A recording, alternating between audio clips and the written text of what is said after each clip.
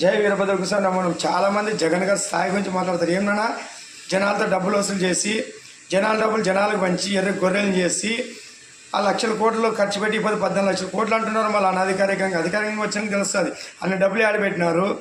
చంద్రబాబు ఒక 3 లక్షల కోట్లు తీసినా 11 లక్షల కోట్లు అవుతుంది. మళ్ళీ 5 ఏళ్ళు మనం కట్టిన ట్యాక్స్లు ఎంత అవుతుంది అన్నీ లెక్కేసి అన్ని లక్షల కోట్లు ఎక్కడ పోయినవి, అన్ని ఉద్యోగ జీతాలు అన్నీ తీసినా లెక్కలు చెప్పాలి కదన్నా. ఆడిపోతుంది. ఇవన్నీ వదిలేదు ఉంటుందన్న.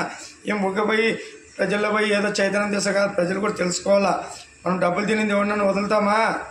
ముక్కు పిండి వసూలు చేస్తాము, అన్నీ జప్తు చేస్తాము. ప్రజల డబ్బు దొంగ డబ్బు దాని ఇన్ని వేల లక్షల కోట్లు సంపాదించి ఎక్కడ దాపెడితే వదిలేదు ఉంటుందే. అన్నీ లాగా తెప్పిస్తాడు మన ఆయన. మీ రాజకీయ వ్యవస్థ కాదు, మన ఆయన వీరభద్రుడు వస్తేనే అవుతుంది. వీరభద్ర వ్యవస్థలు వచ్చి ఎట్లా చేస్తాడో మీకే తెలుస్తుంది. ప్రతి రూపాయి అన్నీ తెప్పించి ప్రజలకి సంపద పెంచి అప్పుడు ఆర్థికంగా అభివృద్ధి చెందుతుంది. మోడీ గారు చెప్పినారు కదా, ఒక్కొక్క అకౌంట్లో లక్షలో చేస్తామని. లక్షలేం అవసరంలే, మన ఆర్థిక అభివృద్ధి చేసి అందరూ బాగా